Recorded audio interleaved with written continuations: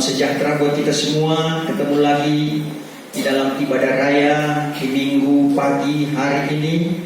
Tuhan boleh memberkati kita semua dengan waktu dan kesempatan yang telah dianugerahkan oleh Tuhan. Saat ini dengan tema kemuliaan gereja akhir zaman, 144.000 pilihan. Saudara-saudara, untuk lebih lanjut kita baca dulu firman Tuhan. Saat ini kami ambil dalam kitab Wahyu pasal yang ke-7, ayat yang pertama sampai ayatnya yang ke-4. Kita berdiri menghormati pembacaan firman Tuhan. Wahyu pasal yang ke-7 ayat pertama sampai ke-4. Kemudian daripada itu aku tampak 4 malaikat terdiri pada ke-4 penjuru alam, memegang ke-4 mata angin, supaya jangan angin bertiup di bumi atau di laut atau di atas sesuatu pohon kayu. Maka aku tampak pula ada seorang malaikat lain naik daripada matahari hidup, memegang meterai Allah yang hidup itu. Maka malaikat itu pun berteriaklah dengan suara besar kepada ke-4 malaikat itu yang sudah dikaruniakan kuasa merusakkan bumi dan laut itu. Katanya, janganlah merusakkan bumi atau laut atau pohon-pohon kayu, sehingga kami memeteraikan segala hamba Allah pada dahinya.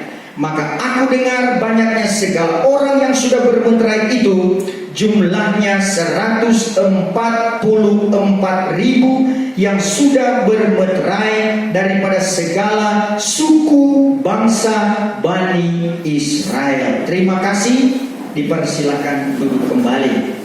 Saudara, sesuai dengan tema kita tentang kemuliaan gereja akhir zaman dan 144.000 pilihan, saudara-saudara, beberapa hal yang kita akan lihat di dalam ayat-ayat yang sudah kita baca tadi, sesuai dengan apa yang ditunjukkan oleh Tuhan, baik tentang kemuliaan gereja akhir zaman dan juga tentang 144.000 pilihan. Saudara-saudara, kalau berbicara tentang kemuliaan gereja akhir zaman, kalau dilihat dari zaman Bapa, zaman Anak, zaman Roh Kudus, maka zaman Roh Kudus kemuliaannya itu sangat luar biasa. Kenapa? Karena pada zaman Bapa itu, saudara-saudara, di zamannya dari Adam sampai Ibrahim, maka zaman ini adalah zaman dengan keterbatasan jumlah manusia. Makanya hukum yang ada kepada mereka pun itu terbatas, karena sesuai dengan hari dan waktu di mana keberadaan daripada manusia yang ada pada masa itu. Cukup mereka percaya kepada Allah sama seperti Nuh, maka mereka boleh diselamatkan oleh Tuhan. Saudara, ketika masuk kepada zaman Anak, ternyata Tuhan mulai memanggil satu bangsa, itulah bangsa Israel, sehingga mereka dikeluarkan dari Mesir untuk menuju ke tanah Kanaan. Dari kitab Keluaran sampai kitab Maleakhi sampai 4 Injil, dari Ishak, saudara-saudara, sebagai anak perjanjian, maka di sana diceritakan bagaimana permulaan dari zaman Anak ini.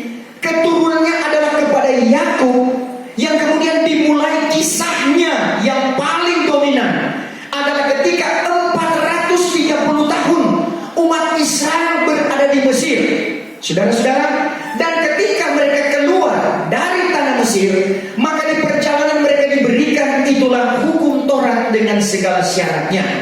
1.500 tahun masa Taurat, sampai itu diabadikan melalui pengertian tabernakel yang di dalamnya ada itulah pagar tabernakel. Kalau pagar tabernakel itu, saudara-saudara, dia itu panjangnya, karena dia melingkar di halaman. Halaman itu adalah 100 panjangnya, lebarnya 50, saudara-saudara. Kemudian tinggi daripada pagar itu adalah 5 hasta. Berarti luas pagar berapa Bapak Ibu Saudara? Ya. Kalau panjang halaman 100 hasta, lebar halaman 50 hasta, tinggi dari pagar itu adalah 5 hasta, berarti luas pagar itu ada berapa hasta, saudara-saudara? Ya. Jadi kalau saya bisa contohkan bahwa itu halaman tabernakel adalah gereja ini, saudara-saudara. Ya, gereja ini. Maka panjangnya itu adalah 100 hasta, lebarnya adalah 50 hasta, tingginya adalah 5 hasta. Berarti luas pagar yang mana? Dindingnya ini semua luas pagar. Amin. Berapa di bebannya? Berapa luasnya? Kalau ukuran luas berarti rumusnya panjang kali lebar, saudara-saudara. Jadi berarti ini pagar ini mesti buka dulu untuk jadikan pagar itu bisa diukur panjang kali lebar. Berarti harus ukur dulu pinggirnya 2 panjang ditambah 2 lebar sama dengan 100 kali 2 tambah 50 kali 2 sama dengan 300. Baru kali lebar, itulah tingginya. 300 kali 5 sama dengan 1500. Itulah 1500 luas pagar halaman. Itu artinya masa Torah 1500 tahun. Semenjak umat Israel mendapatkan Taurat itu di padang belantara sampai mereka memasuki tanah Kanaan. Tetapi saudara-saudara, ada yang lebih luar biasa ketika zaman Roh Kudus, yaitulah ketika Tuhan Yesus Kristus dinyatakan. Dialah yang membawa hukum anugerah dan kebenaran. Dan lewat hukum anugerah dan kebenaran ini dibawa oleh murid-murid, dimulai dengan murid-murid gereja pertama. Sebab itu ada hujan awal, ada hujan akhir. Saudara, kita mengenal di dalam pengajaran kabar pengantin, di situ ada juga menceritakan tentang 4 macam penyeberangan. Itulah penyeberangan pada pukul 9 pagi. Berbicara tentang penyeberangan di zaman Bapa. Ada penyeberangan di pukul 12 tengah hari. Itu berbicara tentang penyeberangan zaman anak, zaman umat Israel. Dan ada penyeberangan jam 3 sore. Itu adalah penyeberangan zaman Roh Kudus, gereja hujan awal. Itulah pada masa 12 rasul gereja hujan awal. Dan ada penyeberangan yang keempat, yaitulah pada pukul 5 sore. Itu adalah penyeberangan dari gereja hujan akhir. Di manakah kita berada? Kita sekarang berada pada penyeberangan pukul 5. Itulah gereja hujan akhir yang akan menanti satu kegerakan yang besar. Yeskiel 47, Yeskiel 37 yang sudah dijelaskan pada waktu-waktu yang lalu. Bagaimana penyeberangan ini yang dihubungkan dengan jemputan yang ketiga, yaitulah pesta pondok daun-daunan. Kalau jemputan yang pertama itulah jemputan panggilan, sehingga orang boleh bertobat datang kepada Tuhan. Jemputan yang kedua adalah dijemput lewat firman Allah dan perjamuan suci, sehingga kita boleh berimamat seperti pada saat pagi hari ini. Ini adalah jemputan yang kedua. Senang saudara dijemput oleh Tuhan. Jemputan ini adalah jemputan pesta. Pesta apa? Pesta kerajaan Allah, di mana hadiratnya ada dengan kehidupan kita, di mana kuasanya ada bersama dengan saya dan saudara. Peranan kuasa Roh Kudus di zaman Roh Kudus ini menyajikan kepada kita. Itulah pesta yang luar biasa lewat firman Allah dan perjamuan suci. Ada jemputan pesta yang ketiga, yaitulah lewat pesta pondok daun-daunan. Inilah yang disebut dengan pesta penuaian yang besar. Ini yang disebut dengan kegerakan rohani yang besar. Di hujan akhir yang mendirus, yang limpah. Kalau sekarang kita berada pada rintik-rintiknya, puji Tuhan, masih rintik-rintik pun, tapi kita merasakan kuasa Allah dan firman Allah tidak pernah berubah dulu, sekarang, sampai selama-lamanya. Haleluya. Mengiring Tuhan harus merasakan air itu. Walaupun masih rintik-rintik, tetapi setidaknya kita rasakan air itu ada dalam kesentuhan kehidupan saya dan saudara, menyejukkan kita, memberikan hidup kepada saya dan saudara, punya gairah dan semangat di dalam Tuhan. Kalau rinte-rinte atau gerimis atau rintik-rintik hujan biasa, itu bikin sakit kepala. Amin. Tetapi rintik-rintik kegerakan besar, rintik-rintik kuasa Roh Kudus yang dinyatakan menjelang hujan akhir yang limpah, itu akan memberikan semangat yang baru kepada saya dan saudara, memberikan kesejukan, memberikan kepada kita pandangan kebenaran. Hari-hari ini betapa pentingnya pandangan kebenaran. Itu selalu menjadi bagian saya dan saudara. Kalau kita selalu berada pada pandangan kebenaran, setiap kebenaran tidak akan pernah salah. Kebenaran bisa disalahkan, tapi kebenaran tidak akan pernah salah, dan kebenaran tidak akan pernah dikalahkan. Amin. Karena Yesus itulah kebenaran. Dia tidak pernah kalah. Dia mengalahkan maut. Dia masuk sampai ke alam maut. Sehingga 1 Korintus 15 katakan, hai maut, di manakah sengatmu? Hai maut, di manakah kemenanganmu? Saudara, proses rintik-rintik inilah Tuhan memanggil kita dengan jemputan-jemputannya. Mulai dari jemputan panggilan sampai kepada jemputan lewat firman Allah, meyakinkan kita dengan firman Tuhan. Tuhan meyakinkan kita dengan firman-Nya. Dia yakinkan kita dengan kuasa Roh Kudus. Amin, saudara. Kalau kita tidak diyakinkan dengan firman Tuhan, mustahil kita ada di tempat ini, mustahil kita jadi orang Kristen. Tetapi karena kita diyakinkan dengan firman Allah, firman Allah itu berkuasa, lebih tajam daripada pedang yang bermata dua. Dia sanggup menjangkau akan setiap kehidupan kita sebagai orang pilihannya, walaupun tidak semua. Karena Kisah Rasul pasal yang kedua ayat 39, kita baca Kisah 2 ayatnya yang ke-39.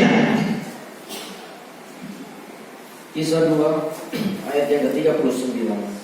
Karena bagi kamulah perjanjian itu, bagi kamu perjanjian itu, dan bagi anak-anakmu, dan bagi anak-anakmu. Puji Tuhan, ketika kita dipanggil, anak-anak kita pun mendapatkan keselamatan. Itu perlu. dan bagi sekalian orang yang jauh, Orang yang jauh yang kita juga doakan, yang kita gumuli, Tuhan selamatkanlah orang banyak. Tuhan selamatkan keluarga jauh. Tuhan selamatkan sahabat kita. Tuhan selamatkan orang-orang yang kita kasihi. seberapa banyak yang akan dipanggil masuk oleh Allah Tuhan itu. Tapi saudara, tidak semua, hanya seberapa banyak. Amin. Sebab itu berbahagialah sekawan domba yang kecil. Tuhan berkata demikian, berbahagialah sekawan domba yang kecil, karena mereka itulah yang memiliki, menjadi kesukaan daripada Bapa. Di mana ayatnya? Masih ingat? Lukas 12 ayatnya yang ke-32, ya. Lukas 12 ayatnya yang ke-32. Puji Tuhan. Baca. Lukas 12 ayat 32. Janganlah takut, hai sekawan domba yang kecil ini, karena itulah kesukaan Bapamu mengaruniakan kamu kerajaan itu. Haleluya. Tuhan bilang berbahagialah sekawan domba yang kecil. Saya dan saudara hanya sekawan domba yang kecil. Akan tetapi kalau kita dipilih oleh Tuhan, maka kita akan lebih besar daripada yang besar. Bukan berarti sekawan domba yang besar tidak bisa diselamatkan. Kalau dia mau melakukan firman Tuhan, bahagia juga. Cuma domba yang kecil itu yang dinyatakan oleh Tuhan supaya saya dan saudara tidak berkecil hati. Amin. Saya dan saudara punya rasa kebesaran hati, bukan besar kepala, saudara-saudara. Kita punya kebesaran hati, percaya dengan iman, punya keyakinan bahwa bukan soal jumlahnya, bukan soal kuantitasnya, tapi kualitas iman di hadapan Tuhan.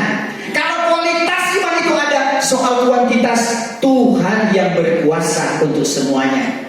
Saudara-saudara, bukan yang banyak itu yang baik, tetapi yang baik itu yang banyak. Amin, saudara. Karena mau memperkenankan akan hati Tuhan, proses ini adalah proses zaman Roh Kudus, proses zaman Roh Kudus yang akan membawa kepada topik kita pada saat pagi hari ini.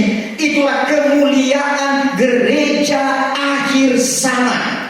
Kemuliaan gereja akhir zaman, saya katakan tadi, di zaman Roh Kudus dibandingkan dengan zaman Bapa dan zaman Anak, maka di zaman Roh Kudus itu begitu luar biasa.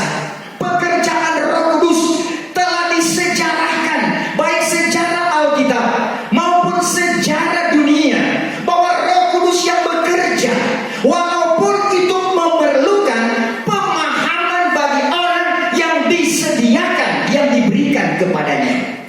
Karena kalau tidak diberikan juga tidak dibukakan oleh Tuhan.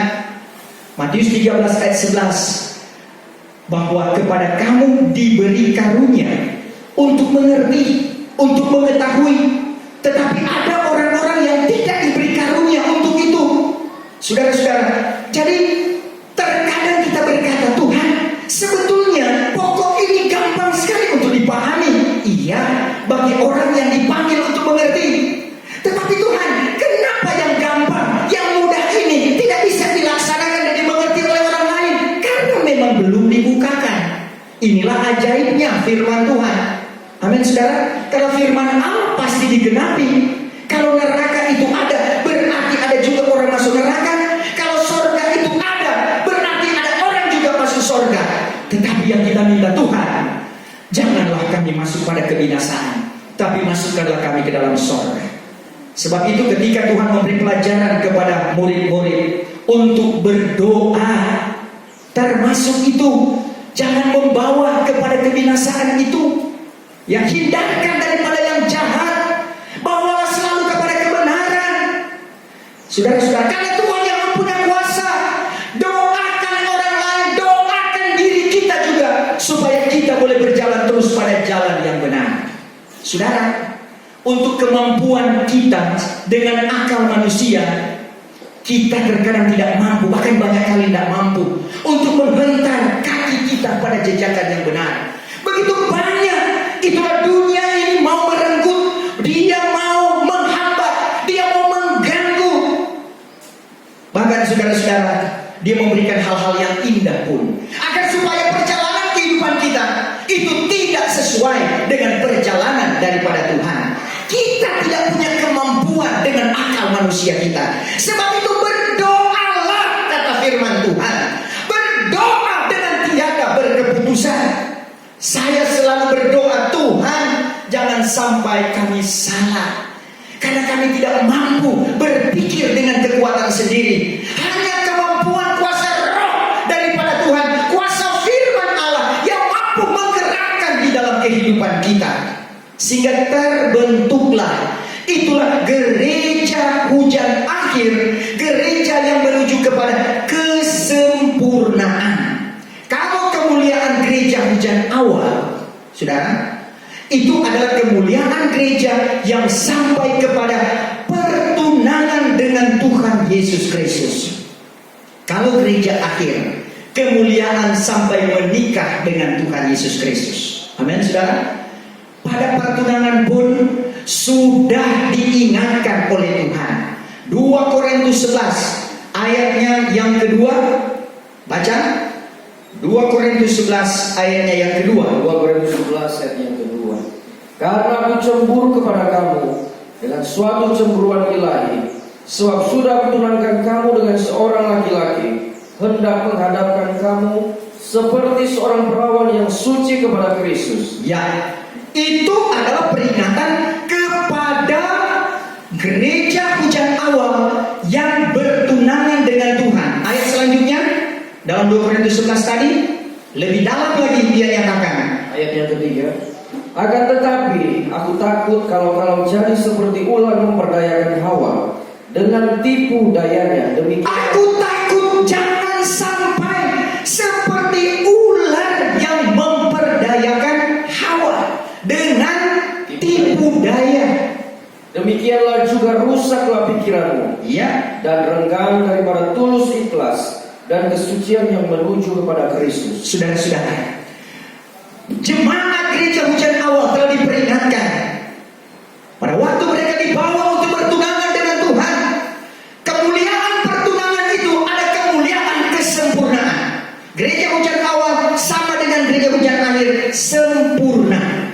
Cuma bedanya kemuliaan gereja hujan awal sampai kepada bertunangan, tapi gereja hujan akhir sampai menikah dengan Tuhan Yesus Kristus. Pada waktu pertunangan sudah diperingatkan dengan keras, aku takut jangan-jangan jadi seperti ular yang memperdayakan Hawa. Ini tajam sekali, saudara-saudara. Kalau dikatakan jangan jadi seperti ular, berarti pokok bahasanya adalah jangan jadi ular. Amin, saudara. Yang memperdayakan Hawa sehingga hilang daripada tulus ikhlas.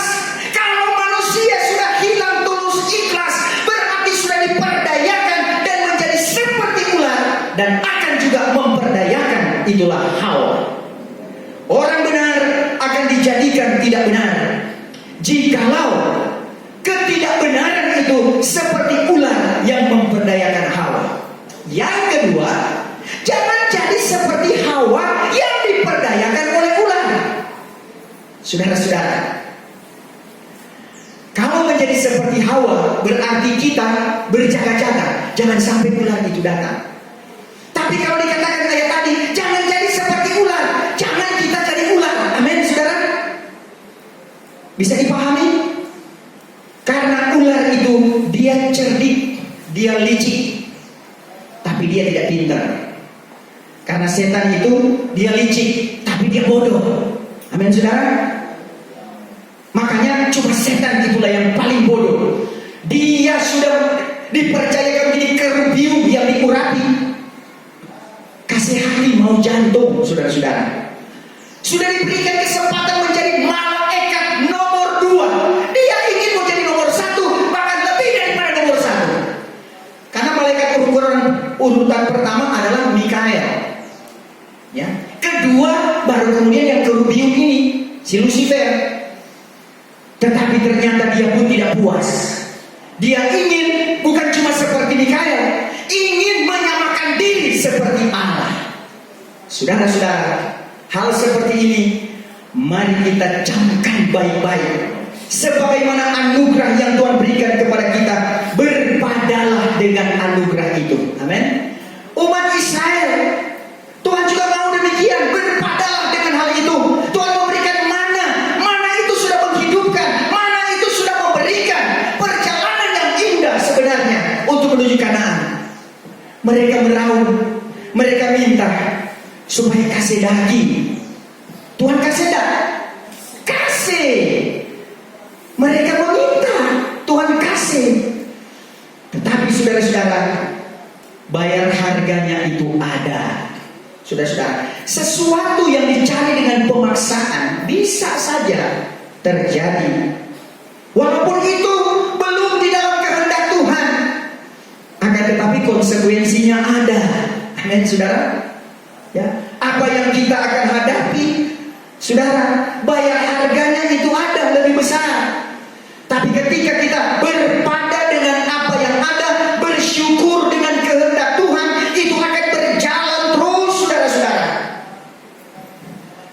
Kapasitas motor 110 cc jangan dipaksa untuk muat seperti muatan truk.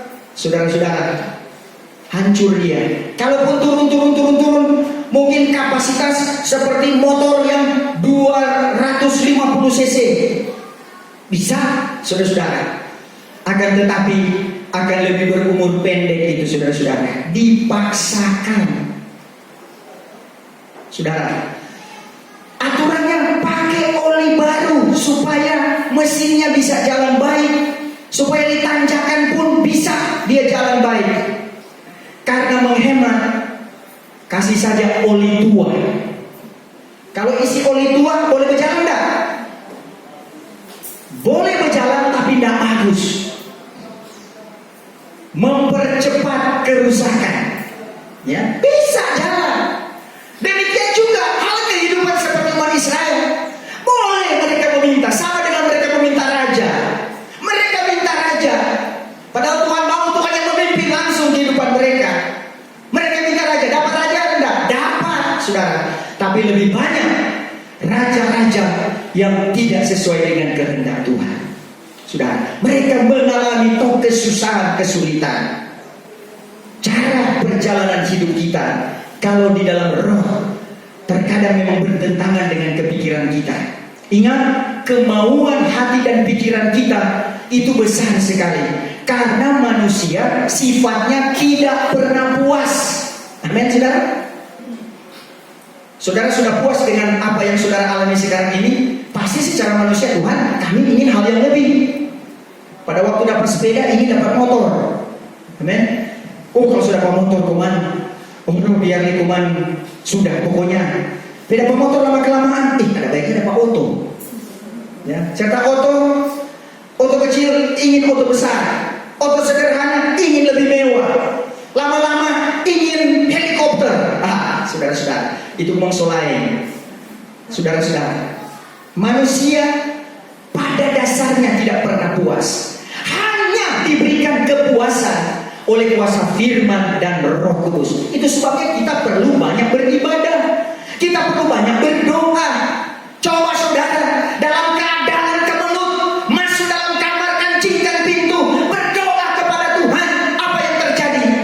Ketika menyerah dengan sungguh-sungguh, tanpa disadari, 5 menit, 10 menit, setengah jam, 1 jam, tangisan di hadapan hadirat Tuhan. Setelah amin, lega itu hati, ringan rasanya.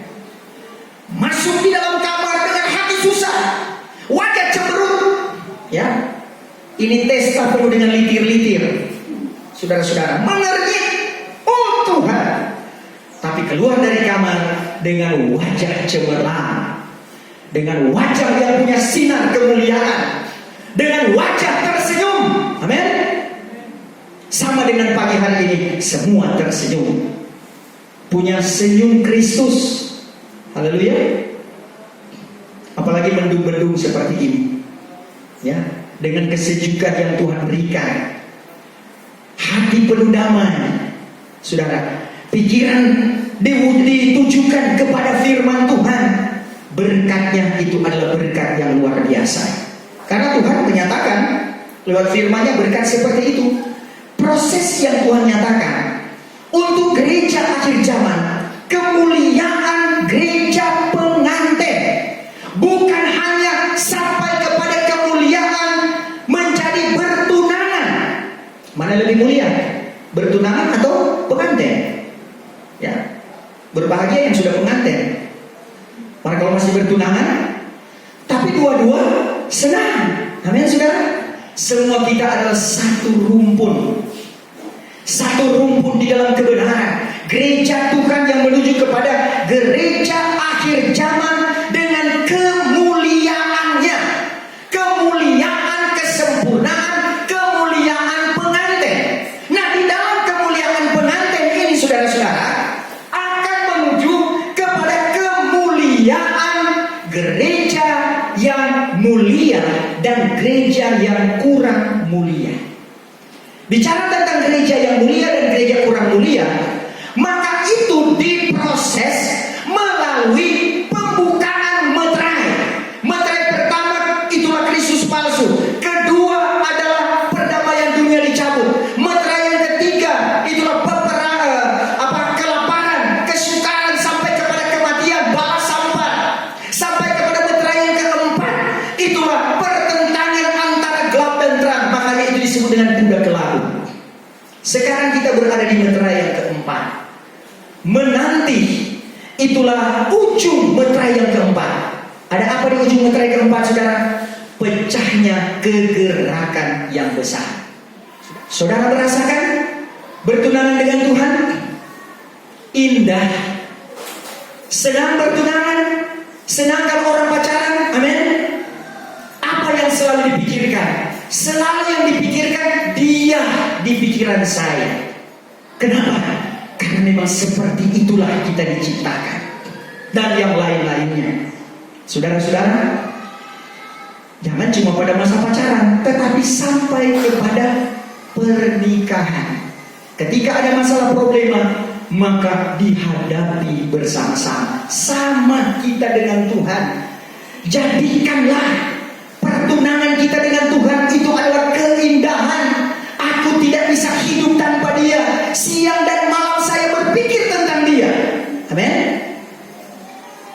Yang sedang pacaran harus pikir terus, itulah kekasih kita, itulah Tuhan Yesus Kristus. Ya. Jangan tuh pacar di dunia lebih kuat daripada tuh pacar di sorga, saudara. Tuhan akan cemburu. Amin. Saya dan saudara semua kita di sini yang sudah menikah pun mengasihi istri, mengasihi suami itu adalah wajib. Tetapi lebih daripada itu, mengasihi Tuhan Allahmu dengan sebulat-bulat hatimu. Jadi saudara, itu kasih agape itu harus selalu ada dalam kehidupan kita. Tuhan membawa kehidupan kita, mau menyempurnakan kita, dibawa kepada kesempurnaan. Sebelum kesempurnaan, penyempurnaan dulu. Sebelum penyempurnaan, pertobatan dulu. Amin. Makanya ada halaman, ada kamar suci, kamar maha suci. Dari pertobatan, penyempurnaan, baru kemudian terjadi kesempurnaan gereja Tuhan. Prosesnya ini dimulai daripada proses kepada gereja yang disebut dengan gereja kurang mulia. Bagaimana ini gereja yang kurang mulia? Dengar baik-baik kalimatnya. Gereja kurang mulia bukan berarti tidak mulia. Amin. Karena apa? Karena ada gereja yang mulia, yang lebih mulia. Gereja yang kurang mulia yang dimaksudkan adalah gereja Tuhan yang dibawa sampai saat ini, yang merasa-rasa karunia dari sorga. Kalau dalam Ibrani 6 urutannya itu dari halaman kamar suci dan seterusnya, merasa-rasa anugerah dari tempat yang maha tinggi, sehingga mengerti tentang kuasa zaman yang akan datang. Dibukakan rahasia firman Tuhan itu kepada gereja yang kurang mulia. Untuk apa saudara? Nanti ada gereja yang mulia yang disebut dengan ayat ini, 144.000 perempuan yang suci, sama bahkan lebih daripada Maria.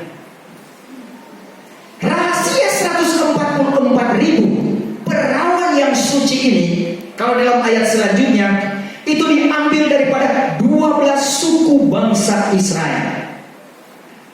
Artinya, saudara, diambil dari 4 penjuru alam. Bukan Israel jasmani, tapi Israel yang rohani. Nanti ke depan akan kita lihat arti yang sebenarnya. Daripada arti-arti dari Ruben, Simon, Lewi, Yehuda, Gad, Naftali, Aser, Isakar, dan sebelumnya, seterusnya. Saudara-saudara, gereja kurang mulia diproses pada penyempurnaan, diproses dengan kabar kesempurnaan yang kelak nanti akan terpilih 144.000 gereja yang mulia. Saudara-saudara, mau jadi 144.000 gereja yang mulia? Biar suka, so lewat saudara. Karena pada kegerakan besar, usianya itu pecahnya kegerakan besar, usianya 14 tahun. Pada masa pernikahan dengan Tuhan, usianya 17 tahun. Haleluya. Jadi kalau so berumur 17 tahun sekarang, berarti so nyanda itu. Perempuan bukan laki-laki, tidak ada laki-laki. Karena yang akan melahirkan 144.000 anak laki-laki. Saudara-saudara, saya dan saudara harus mengetahui persis bahwa adanya 144.000 perempuan yang disebut dengan gereja yang mulia ini, itu dihasilkan oleh gereja yang kurang mulia. Itulah sekali lagi ditekankan, kurang mulia bukan berarti tidak mulia. Mulia. Kita semua, kalau firman Allah dan Roh Kudus dalam kehidupan kita, bahwa itu semua dipermuliakan oleh Tuhan. Tetapi yang dimaksudkan dengan kemuliaan ini, kemuliaan gereja akhir zaman. Kita dibentuk untuk satu kemuliaan yang lebih. Dari kehidupan kita, gereja yang kurang mulia memahami pertobatan.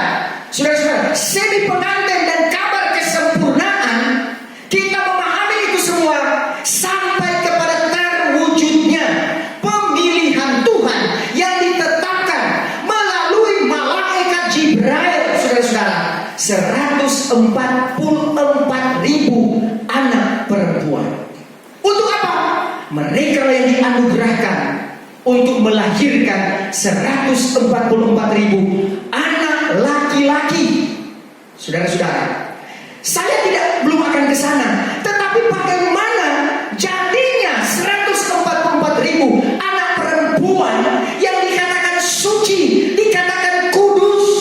Saudara-saudara, ini oleh karena adanya pemberitaan dari gereja kurang mulia.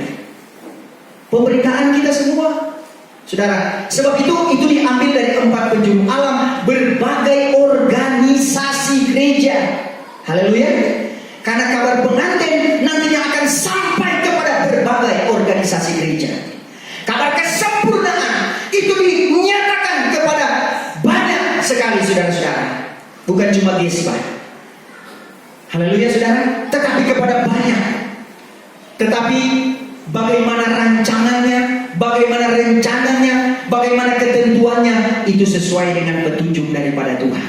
Kita jangan mendahului kehendak daripada Tuhan.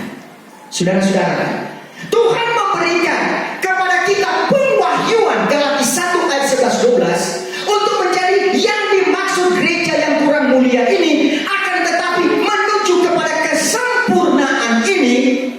Bergegaslah saya dan saudara, berkuat di dalam Dia, setia dan taat kepadanya. Walaupun tidak menjadi 144.000 anak darah yang dipilih oleh Tuhan, jangan berkecil hati.